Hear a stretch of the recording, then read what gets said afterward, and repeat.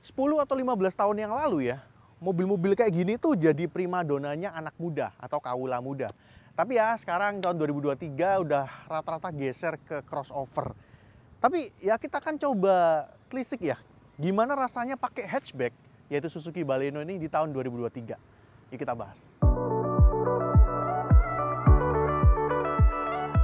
Halo semua, kembali lagi di AutoNet West dengan saya Satria Katana dan di sebelah saya sudah ada sebuah Suzuki Baleno. Ya, kemarin di Gias 2023 mobil ini tuh sempat dapat improvement, tapi disclaimer dulu ya, ini unit yang kita pakai, yang kita review kali ini itu adalah unit tahun 2022. Ya karena perbedaannya yang di Gias kemarin nggak terlalu banyak, ya udah nggak apa-apa lah ya. Toh kita belum pernah ngebahas mobil ini itu drivingnya gimana, tapi kalau untuk review komplitnya sebenarnya kita udah pernah bikin ya tahun lalu. Waktu launching itu si Grady panas-panasan di atap ngebahas mobil ini ya. Jadi kalau kalian mau cek detail lengkapnya, kalian bisa cek link di atas. Tapi saya akan singgung dikit aja perubahannya apa aja. Bagian depan ganti ya, mukanya jadi baru kayak gini, lampu baru, grill baru, bumper baru. Ke belakang juga lampu belakangnya jadi baru, dan overall perubahan ini membuat tampilan dari si Baleno ini jadi nggak terlalu berkesan indie atau India ya. Jadi lebih kerasa, lebih bisa diterima lah sama orang-orang Indonesia. Oke, kita akan bahas drivingnya aja, lebih lengkapnya gimana. Yuk kita langsung driving mobil ini.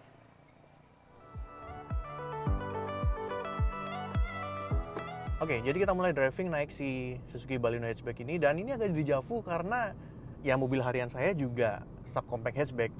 Musuhnya mobil ini, Yaris, ya itu, mobil itu.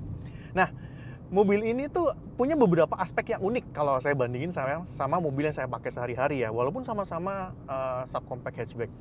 Pertama, kita bahas handling dulu nih. Depan ada belokan, kita agak belok nih. Ya, mobilnya lumayan nurut untuk diajak belok-belok ya.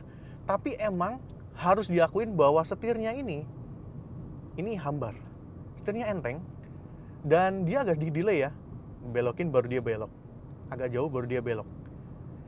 Nggak terlalu bagus akurasinya. Feedbacknya juga agak kurang. Jadi ini karakter setir yang lebih cocok kalau kalian pakai buat di perkotaan, buat daily use ya. Jadi easy to drive. Mungkin biasanya cewek gitu suka pakai karakter setir seperti ini. Padahal sebenarnya kalau kita ngomong hatchback itu biasanya identik sama sporty. Kalau sporty, kalian inget lah kayak Jazz GE atau mungkin Yaris Lele juga, itu setirnya agak dikasih bobot ya, biar dia ada kesan lebih gigit gitu ya. Tapi di mobil ini nggak ada. Nah, berikutnya kita bahas visibilitas. Kalau kita lihat ke depan gini ya, ini visibilitasnya bagus. Dan salah satu aspek yang dominan yang membuat visibilitasnya bagus itu sebenarnya ada dimensinya. Mobil ini tuh panjangnya 4 meter, kurang dikit. Jadi mobil ini di segmennya dia yang paling pendek, bahkan lebih pendek dibandingkan dengan Mazda 2.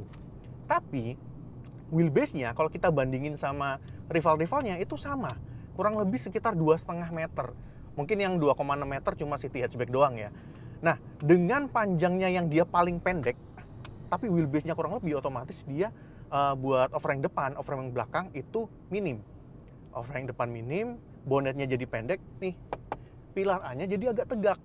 Jadi kacanya nggak terlalu landai dan itu bikin visibilitasnya bagus.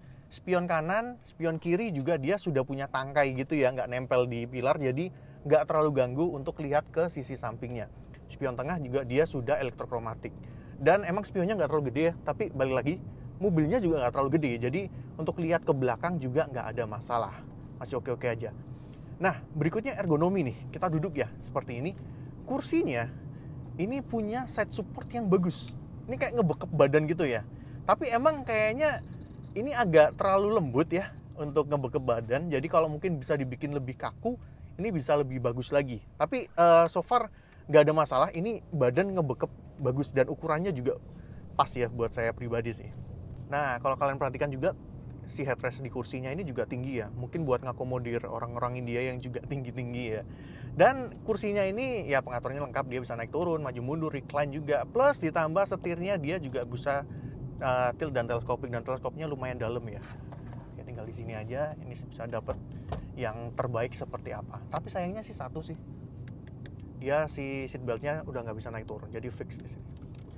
Oke, berikutnya kita bahas NVH dan juga sekalian kenyamanannya ya, karena kenyamanan sama NVH itu satu kesatuan yang bisa dipisahkan lah ya. Untuk kekedaban kabin, Pertama, suara-suara dari samping ini bisa tersaring dengan lumayan bagus ya. Sayup-sayup aja kalau ada motor lewat atau mobil lewat itu suaranya sayup-sayup. Ini agak dejavu sama NVH-nya dari Suzuki Grand Vitara yang di segmennya juga salah satu yang terbaik lah ya. Nah, kalau suara mesin emang karena mobil ini tuh mainnya kebanyakan di putaran mesin yang rendah ya. Jadi suaranya nggak terlalu masuk.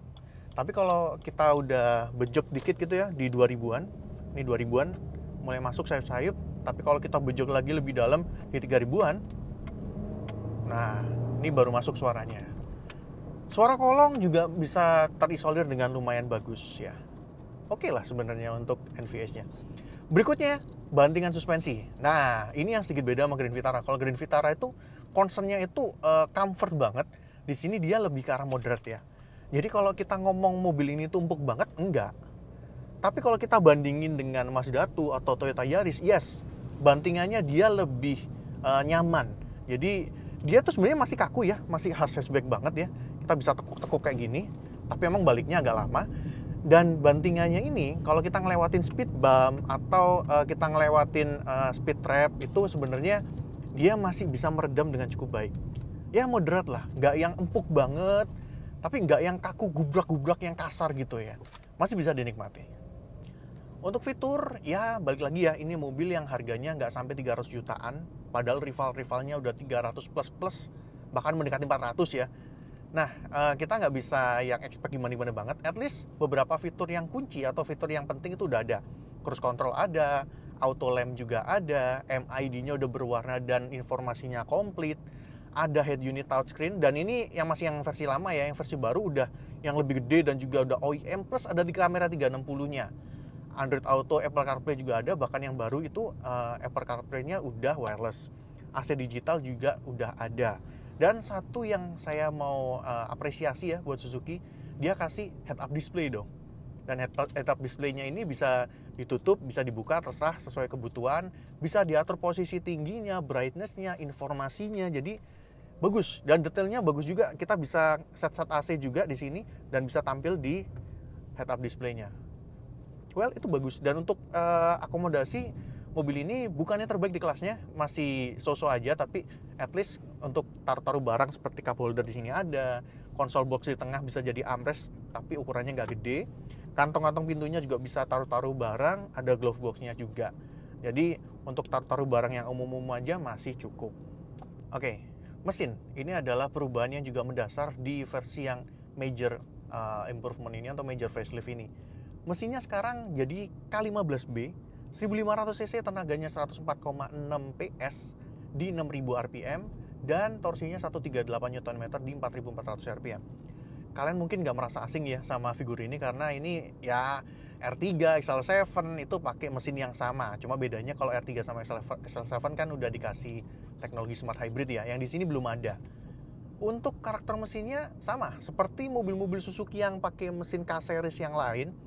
Saya tetap merasa mesin Suzuki yang ini itu punya bakat untuk jadi mesin yang irit. Kenapa? Karena kalau kita jalan santai aja, itu putaran mesinnya mainnya di putaran mesin yang rendah banget. Rasanya kayak pakai CVT. Jadi dia main putaran mesinnya di sekitar 1500 gitulah, 1400, 1500. Ini kita jalan 40 km per jam, putaran mesinnya di 1400-an. Ya, bakatnya irit gitu loh. Nah, transmisinya juga perpindahannya cukup halus, dan kalau kita lagi jalan santai aja, dia shiftingnya itu di sekitar 2000-an rpm. Jadi kalau kita udah jalan di 2000-an baru dia shifting. Nah, dipadukan dengan dia pedal-pedal remnya, pedal gasnya itu karakternya juga unik. Pedal gasnya itu bukan tipikal yang lompat kayak mobil-mobil zaman now ya. Kita gas gitu, nggak langsung lompat, dia gradual gitu. Tapi pedal remnya itu harus agak dalam, baru dia ngerem. Jadi unik ya. Biasanya kalau mobil-mobil zaman now pedalnya digital, gasnya lompat. Di sini gasnya agak digital juga, pedalnya juga agak digital. Mungkin cocok buat kalian-kalian yang suka nyetirnya itu agak smooth atau agak-agak halus. Dan dengan karakter mesin seperti ini, harusnya konsumsi BBM-nya itu irit. Ntar kita akan buktikan di akhir ya, kita akan uji full to full dengan RON 92 kita dapat berapa. Untuk urusan safety, mobil ini juga sebagai standar sudah lumayan, airbagnya udah ada 6, dua depan, dua samping, dua curtain, terus belakang juga ada ISOFIX. Bapak-bapak yang mau pakai mobil ini buat bawa anaknya bisa pakein car seat juga.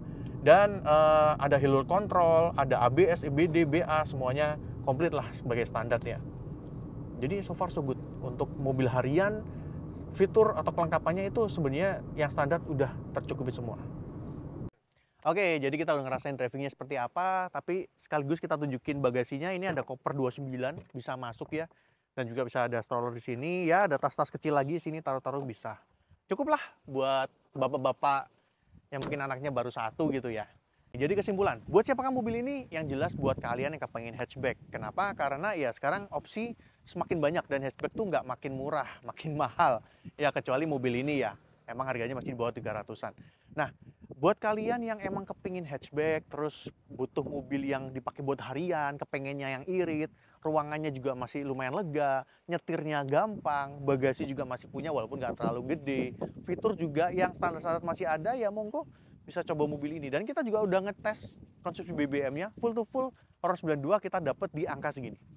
Gimana menurut kalian? Irit atau enggak? Oke. Kayaknya itu aja sih dari kita kali ini. Thank you so much buat teman-teman yang udah nonton sampai akhir. Kalau kalian suka dengan video ini boleh like, share ke teman-teman kalian, dan juga mampir-mampir ke Instagram, TikTok, dan juga sosial medianya Autonetmax yang lain, dan juga websitenya autonetmax.com. Dan kita mau ucapkan terima kasih pada teman-teman UMC Suzuki Jatim yang udah pinjemin kita mobil ini. Kita bisa ngerasain gimana rasanya Suzuki Baleno hatchback drivingnya.